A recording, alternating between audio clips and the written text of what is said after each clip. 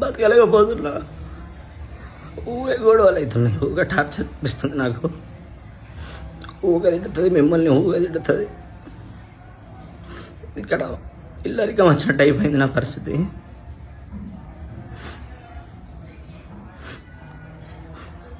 అమ్మా బాబు వెళ్ళి వదలు.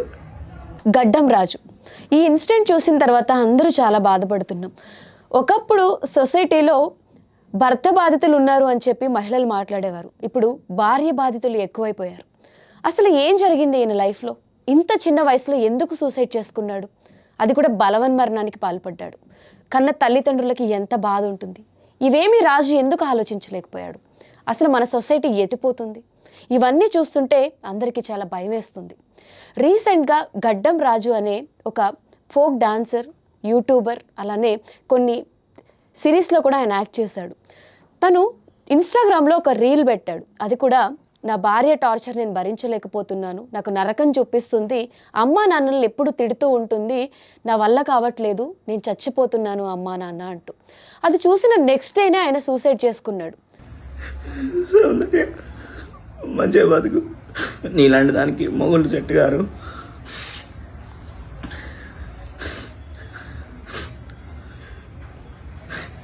నువ్వు అన్న మాటలు నన్ను ఎంత మెంటల్ టార్చర్ చేసిన. ప్రతిసారి కొడుతున్నావు అంటున్నావు. ఇంత టార్చర్ చేసి ఎన్ని మాటలు అన్నగట్రా. ఇంకా పెళ్ళైనప్పటి నుంచి టార్చర్.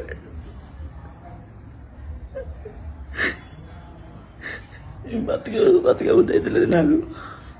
అసలు గడ్డం రాజు న్యూస్ ఇప్పుడు 2 తెలుగు రాష్ట్రాల్లో ఎంత వైరల్ అవుతుంది అంటే, అటు భార్య సైడ్ చూస్తే ఆమె వర్షన్ కంప్లీట్గా డిఫరెంట్గా ఉంది. ఇప్పుడున్న జనరేషన్లో మనకి సిస్టమ్ చాలా మారింది. ఏదైనా ప్రాబ్లం వస్తే కోర్ట్స్ ఉన్నాయి, లీగల్గా చూసుకోవచ్చు, లేదంటే పేరెంట్స్తో ఆలోచించి డెసిషన్ కూడా తీసుకోవచ్చు. కానీ రాజు ఇంత ఎమోషనల్ ఎందుకు అయ్యాడు? చనిపోవాలి అనే స్ట్రాంగ్ డెసిషన్ ఎందుకు తీసుకున్నాడు? అసలు ఇన్స్టాగ్రామ్లో ఆ రీల్స్ చూస్తుంటే ప్రతి ఒక్కరి కంట్లో నీళ్ళు వస్తున్నాయి.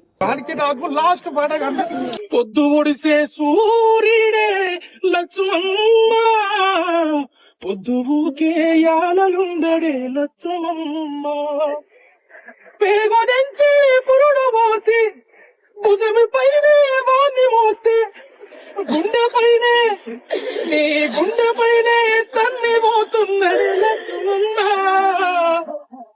మన రామ చక్కని రాజయ్యేడే లక్ష్మమ్మ.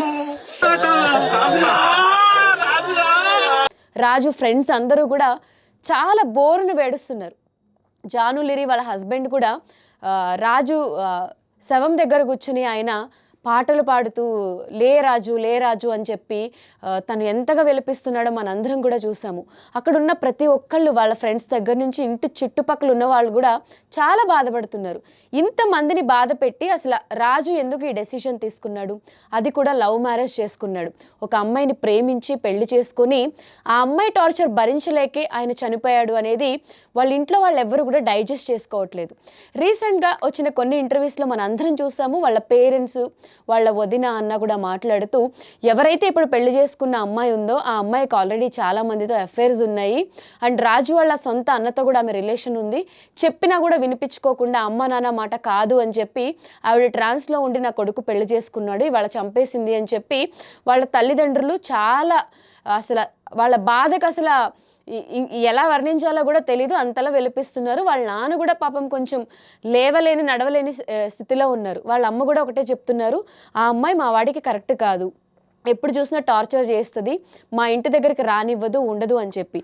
ఇప్పుడున్న జనరేషన్స్లో ఈజీగా కలిసిపోతున్నారు, ఈజీగా విడిపోతున్నారు. ఇన్ని ఆప్షన్స్ ఉన్నప్పుడు ఒక మనిషి చనిపోయేంతగా ఎందుకు టార్చర్ పెట్టాల్సి వచ్చింది? అసలు ఆ అమ్మాయి రాజు నుంచి ఏం ఎక్స్పెక్ట్ చేసింది? పండక్కి కొనుక్కోవడానికి నా దగ్గర బట్టలు కొనుక్కోవడానికి డబ్బులు కూడా లేవమ్మా, పిల్లలు జాగ్రత్త, అన్న జాగ్రత్త, మీరందరూ జాగ్రత్త, ఆమె వల్లే నేను చచ్చిపోతున్నాను, ఆమె టార్చర్ తట్టుకోలేక చచ్చిపోతున్నాను అని చెప్పి రాజు ఒక వీడియో చేసి వదిలాడు. ఈ చీర కొన్నా, దానికి పండక్కి నేను డ్రెస్ కూడా కొనుక్కోలేవు, పైసలు లేవని.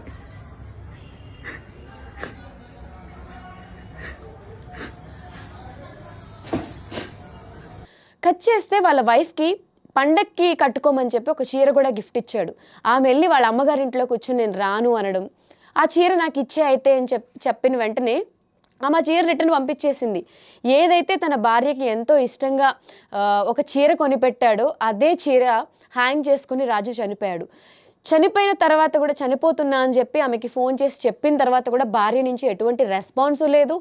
9 o'clockకి కాల్ చేసి నేను చనిపోతున్నా అన్న తర్వాత కూడా వైఫ్ వచ్చి ఎక్కడా చూడలేదు. చెప్పిన 4 గంటల తర్వాత వచ్చి చూసి హడావిడి చేసింది. ఒక మనిషి ప్రాణం పోతుంది అన్నప్పుడు భార్య ఎందుకు ఇమీడియట్గా రెస్పాండ్ కాలేదు?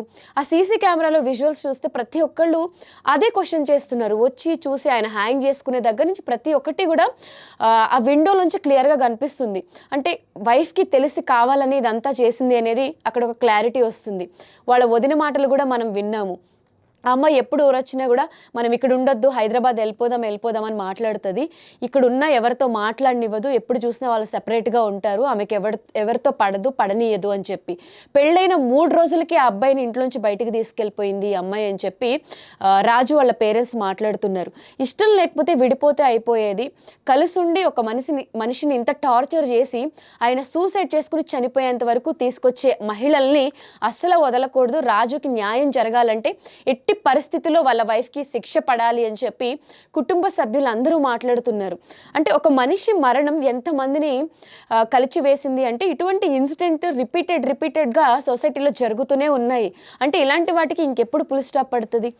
అంటే ఉమెన్ అనగానే అందరూ వాళ్ళకేదో టార్చర్ ఉంది భరిస్తూ ఉన్నారు, ఉమెన్ కార్డ్, ఉమెన్ సింపతి ఇట్లా మాట్లాడేస్తూ ఉంటారు. అమ్మాయిల్లో ఇబ్బంది పడే వాళ్ళు ఉన్నారు, అబ్బాయిల్లో కూడా ఇబ్బంది పడే వాళ్ళు ఉన్నారు. ఇక్కడ మెన్ అనేది పక్కన పెడితే ఎవరు నష్టపోతున్నారు, ఎవరికి ఎక్కువ అన్యాయం జరుగుతుంది అనే పాయింట్ తీసుకుని దానిపైన మనం లీడ్ తీసుకోవాల్సి వస్తుంది. నిజంగా ఆయన చనిపోవడానికి వాళ్ళ వైఫ్ 100% కారణం అని చెప్పి లీగల్గా పోలీసులు కూడా డిక్లేర్ చేసే సిచ్యువేషన్ వస్తే మాత్రం 100కి 100% ఆమెకి కంపల్సరీ శిక్ష పడాలి. అండ్ భర్త మీద అంత ప్రేమ ఉంది, లవ్ మ్యారేజ్ చేసుకున్నా అని చెప్పి వాళ్ళ వైఫ్ మాట్లాడుతుంది. అంత ప్రేమ ఉన్నప్పుడు కనీసం హస్బెండ్ చనిపోయాడు అని తెలిసిన తర్వాత కూడా ఆయన డెడ్ బాడీని చూడడానికి వాళ్ళ వైఫ్ నిరాకరించింది, వెళ్ళలేదు.